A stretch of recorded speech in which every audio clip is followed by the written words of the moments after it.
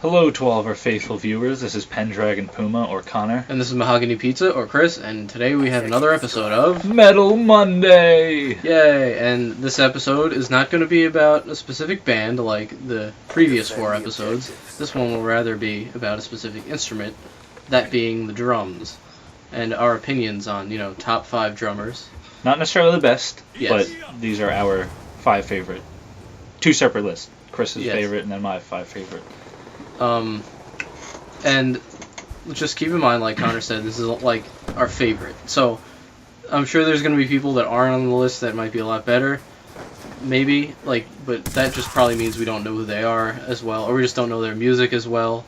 Or we just don't like them as much, because Who knows? once again, this is our favorite, not best. Yeah. And people, we think you should at least give a chance, or give their band a chance. And we try to make it so that these guys are at least good drummers. It's not like we pick like Lars Ulrich, because he is a good drummer, but just before this video, we watched a video of him soloing, and it was good, but not nearly as good as what we've been seeing. Yeah, pretty much.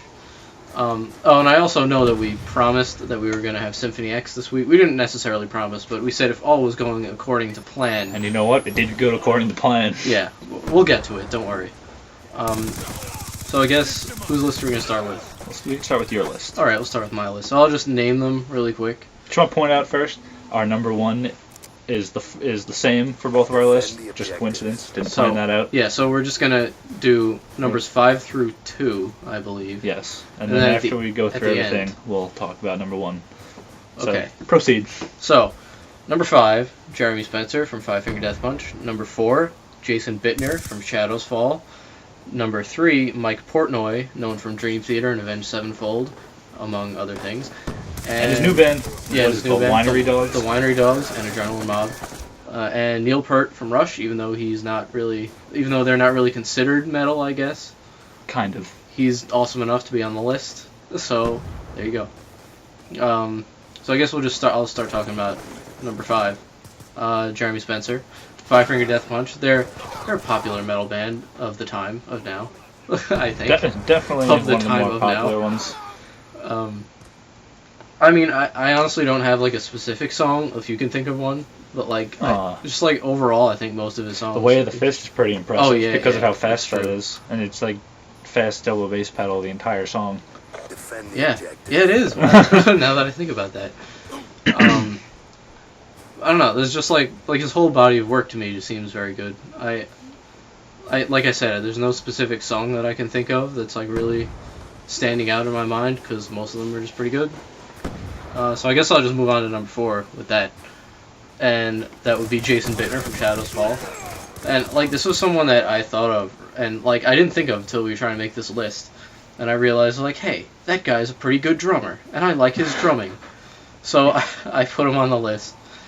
I don't know. I also don't have any really specific song. I mean, I guess King of Nothing is pretty good, and Redemption are a couple of songs that Shadows Fall has. I know we haven't discussed them, and I know a little bit more about them than Connor does.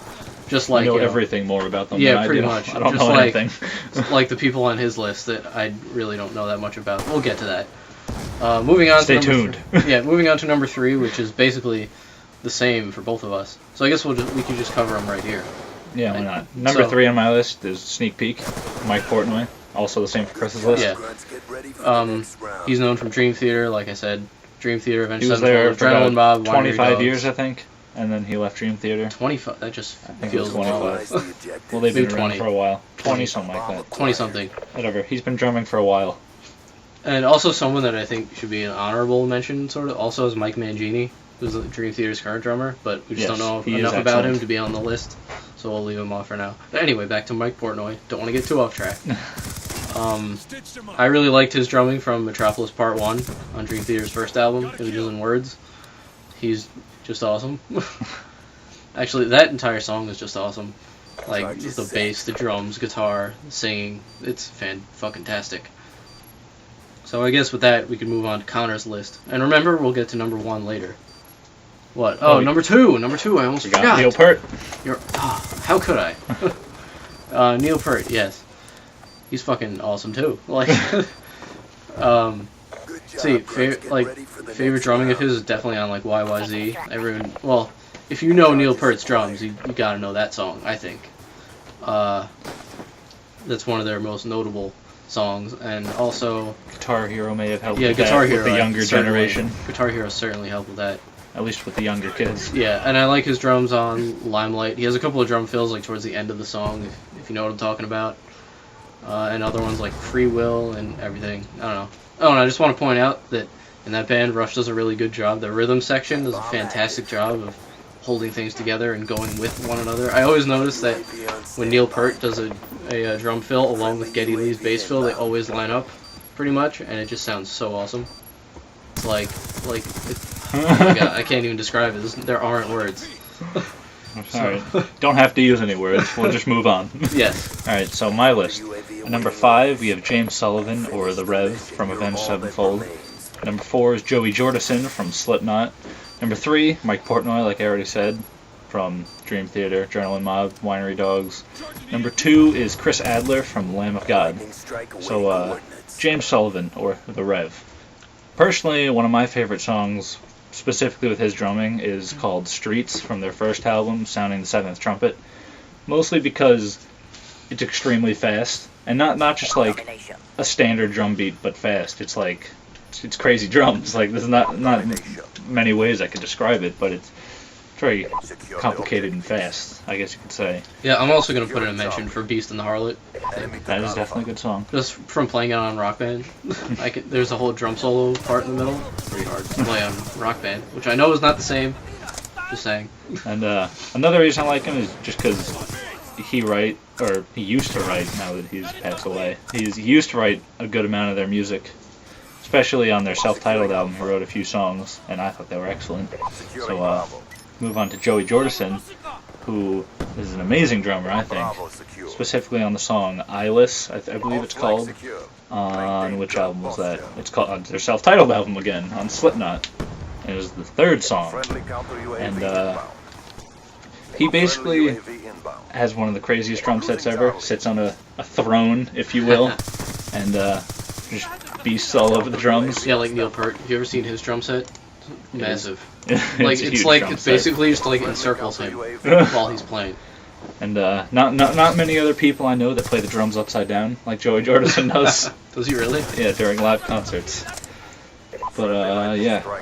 Anyway, like we said, this is one of the bands that I don't know a lot about, Slipknot. I mean, I know just a little bit, like a couple songs, but this is like compared to Connor's knowledge of Shadows Fall, this is like how I feel about Slipknot. Yeah, I mean, I don't know too much specifically about Joey Jordison, but I know enough about his playing to say that he's on my list of favorite drummers. And let's say a little bit about Mike Portnoy, really. Talked about him before. Yeah. But not really any one song in particular, but I have seen him play solos and stuff, and it seems a little more rhythmic than most people when they do solos, just going crazy. Yeah, and one thing I didn't mention earlier is that, like, one thing I like about his drumming is that, like, the beats in progressive metal, like Dream Theater, they're just, like, pretty complicated oftentimes, and just does a good job doing that shit. So, number 2? Brings us to number 2. Number 2? Chris Adler from Lamb of God. Specifically 2 songs. One being The Faded Line, which is good because of the bass drum, I think. Because right from when he starts playing the bass drum, there's about a minute and a half to 2 minutes where he's continuously going just really fast, back and forth. Definitely a great song. Also one of my favorite songs by them, as a matter of fact. But the other song would be What I've Become, not to be confused with Linkin Park's Bad Song, because they're Linkin Park. But in What I've Become, it's just really ridiculously fast, basically. Complicated, stuff like that. Not too much that we haven't been talking about. Yeah. So, I guess we'll just get to that both about wraps up our 5 through 2. Yes, 5 through 2. And brings us to the granddaddy of drums, in our opinion, at least. Yes. From the greatest band on earth, Symphony X. Symphony X. If you don't already know, his name is Jason Derulo. Greatest drummer ever. Not really, but he is great. Yeah. And Symphony X is progressive metal. This is like I was saying with Portnoy, is that the beats in that band are just like pretty complex because of the odd time signatures and whatnot. Specifically the song Iconoclast off their most recent album, also entitled Iconoclast. on the song, there's a beat, like the intro, in the beginning, they just go like crazy, like the guitar, bass, keyboard, everything. And the drum beat sounds like so, like, absurd to me. I don't even know how he does it. It's like, it almost sounds spastic in a way. Just, not like in a bad way, but just in the sense that it's like, not your average drum beat. Yeah. Like, it's not like the continuous, like, 2 or 3 notes in a row. Yeah, it's like, dun dun cat, like something weird like that, I don't know. But, yeah, that's my specific example of his masterful playing. Oh, and there's a drum solo that's floating around on YouTube somewhere that we watched. It's there somewhere. And it was about 6 minutes long. Actually, or was it 6 minutes, or did the video just end after, like... Didn't it end after, like, 4? Yeah, after about 4.5, nothing? 5 minutes, it was nothing. Anyway, it's a good solo. It was definitely a great solo. That was part of the reason why he became one of my favorite drummers for that video. Just seeing him solo and being amazing. Yeah, true. Anything else to say about Jason Derulo, the granddaddy of them all, as one might say? By one, I mean you. Not really, other than he's in Symphony X, greatest band on Earth. Yeah, and I mean, we're still planning on getting that episode out. That episode will come out. It's a matter of when. Oh, and if you have any, like, tips for this video that you want us to, like, take a note of, like, to make it better for you to watch. This is our first time trying a video like this, and perhaps it didn't go as well as you might hope. Or we hoped. Yeah, so... But if you have some comment to... Constructive criticism. Constructive criticism is good. If you want to say it sucked, good enough for me. Just, you're not helping. But, yeah, if you want to say it sucked, just go ahead. It's fine for you, but it won't help us get any better. Yeah, because, I mean, if you say it sucked, that's great, but just try to, like, tell us why, at least. I mean, you know. Or if any other people you think should have been on this list. that too. Or like, even shouldn't have been on the list at all. Like we said, this is just more, like, favorite than best, I would say. I mean, I think they're all good drummers, but just, like, you know, more favorite than like I said before, my list definitely would have been different. Mike Portnoy would have been above Chris Adler. I just like Chris Adler drumming better. Yeah, I don't know. Maybe I don't even put, like, Jason Bittner from Shadows Fall on the list. I don't know. Or Jeremy Spencer maybe even doesn't make it. So, who knows? Who knows? Because, I mean, there's a lot of death metal drummers, too, that I know that are pretty ridiculous, that are just not here. Mostly because we don't know who they are. Or at least don't know them well enough to be commenting on their skills, their mad skills, skizzles. Yes, but we've been ranting for too long now. No, that's okay. That's okay.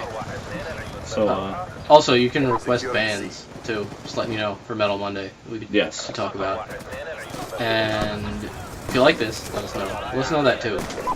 And we might also do like top 10s or 5s rather of like guitarists, bassists, singers. We probably will. But if there's any you would like to see first, probably not keyboardists because I don't know that many that are in metal bands.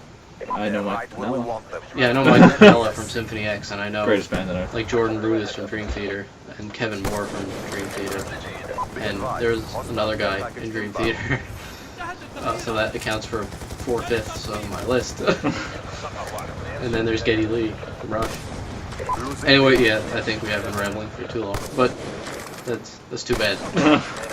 So, yeah, comment, rate, subscribe. Thanks for watching. And see you later.